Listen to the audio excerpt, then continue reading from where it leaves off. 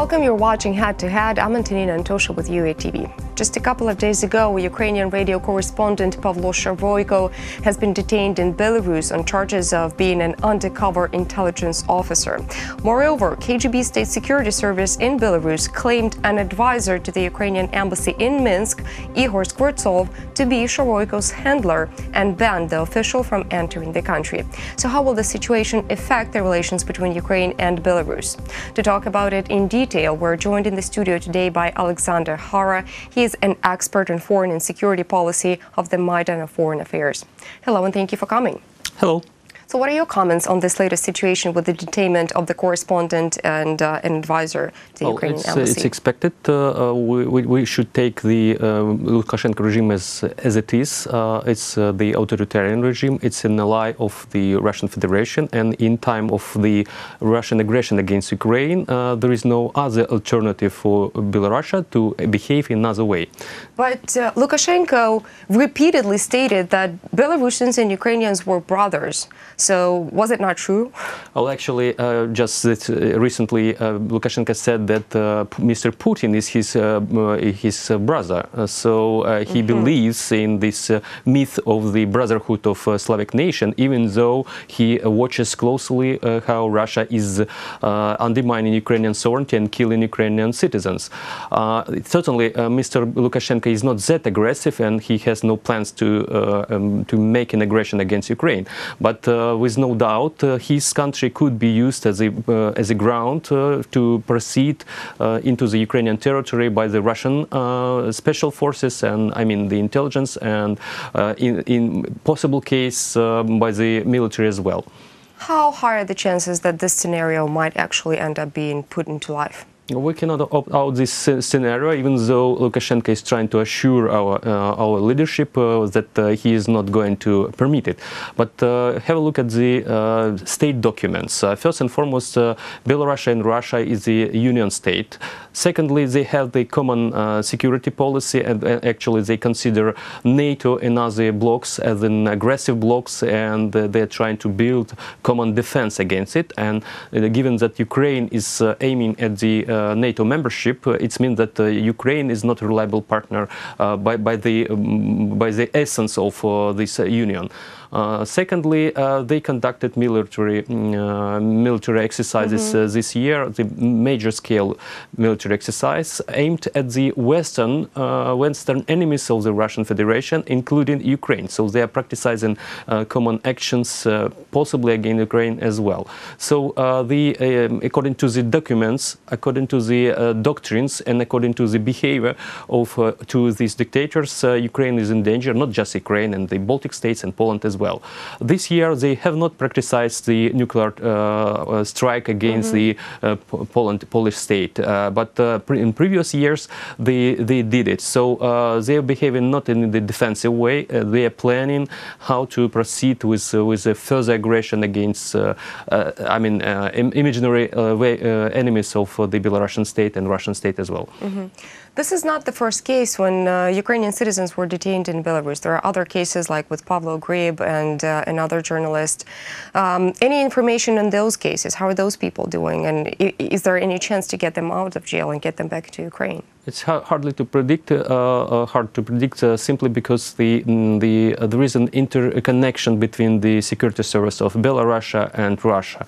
And if we are talking about Mr. Grip, he was illegally detained by the Belarusian special forces and then moved to Russia. So given that neither Russia nor Belarus is a law-abiding states, there is no such a thing like independent judiciary.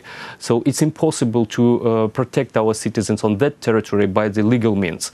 And that means that we have difficulties of getting back these illegally detained citizens of Ukraine. Still, what are Ukrainian officials doing to resolve the situation?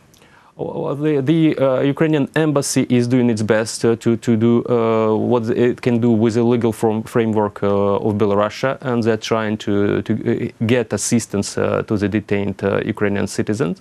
But I'm not sure that they will be these attempts will be successful given the nature of the regime in Belarus. So we can mount pressure on Belarus. We can ask our Western partners to revise their policy towards Belarus. I just remind you that in 2016 there were elections that were not really democratic ones, but with some good movements. And after that, European Union ceased sanctions against the Belarusian state and some individuals. So there is an increasing trade between Ukraine and Belarus, and between the European Union and Belarus. And trade is something very sensitive to Belarusian regime. So we can use not just political pressure, political dialogue, but the economic pressure as well to push, not just to give these Ukrainian citizens back to Ukraine, but to make more free regime within the Belarusian state. I mean the more freedom for and civil freedoms for Belarusians as well. So we should not forget that it's the cause of the action of Belarusian state, the suppression of freedom, political freedoms in Belarus. And certainly, if they suppress the Belarusians, why they should not do the same with Ukrainian citizens or citizens of other countries? Well, right now, Russia, after illegally annexing the Crimean Peninsula in 2014, is persecuting the indigenous Crimean Tatar people in Crimea.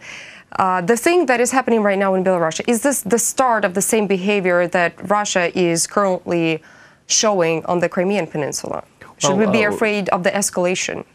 Certainly, the Russian state is an aggressive one, and there are two modes of its actions against its own citizens, like in Chechnya, Dagestan, or against its neighbors. So Russia is expanding. And if you have a look at the recent article by Mr. Karaganov, who is a Russian foreign policy and security policy thinker, and he said that the Russian state is acting in Ukraine, I mean, waging war against Ukraine. It's a rightful thing, and it's made impossible the bigger war in Europe. Well, so in their thinking, their war against Ukraine, it's a sort of preemptive action against the expansion, as they say, of NATO. And vice versa, the Baltic states and Poland just escaped of the Russian influence and escaped the possibility of being occupied once again by joining NATO. It's the same thing with Ukraine. We are trying to be a part of this alliance just to be protected from the Russian expansionism and new neo-imperialism. If there is a possibility, could we just give a forecast when can Ukraine actually join the NATO forces and stop being afraid of Russia taking over? Well, we have decades before us to fulfill all the requirements, and especially in terms of the human rights, in democratic governance, and not least about the military reforms as well. So the way ahead is a long one, but I'm sure that we will do our best to bring this closer. And just one more thing that I would like to say, that it's not just the decision of our leadership to move closer to NATO. Certainly, under the aggression of the Russian Federation, a lot of myths about NATO has been broken, and the general public is supportive on Ukraine's NATO membership simply because they realize who is the real enemy and who is the real friend of Ukraine. And that's why I have no doubt that this mood of our general population will be at the same high level as it's now in the future, and that it will make it possible for all these changes to our society to happen. In the meantime, while we're slowly but surely on the path of joining NATO, what could ordinary Ukrainians do to withstand Russia's aggression? Well, certainly, the first and foremost that this ordinary citizen can do is just to believe in the objective information, not to be a part of the Russian propaganda machine, and not to believe in the so-called Russian world that is falsely. It's a concept created to change the moods of population and to bring them closer to the Russian ideology.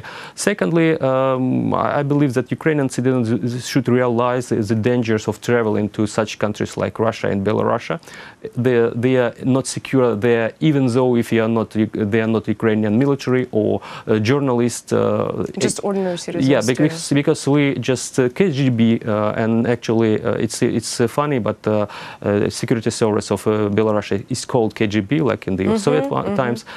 They are very good at making provocations, and certainly there is no need for you to be guilty, really guilty of doing something illegal.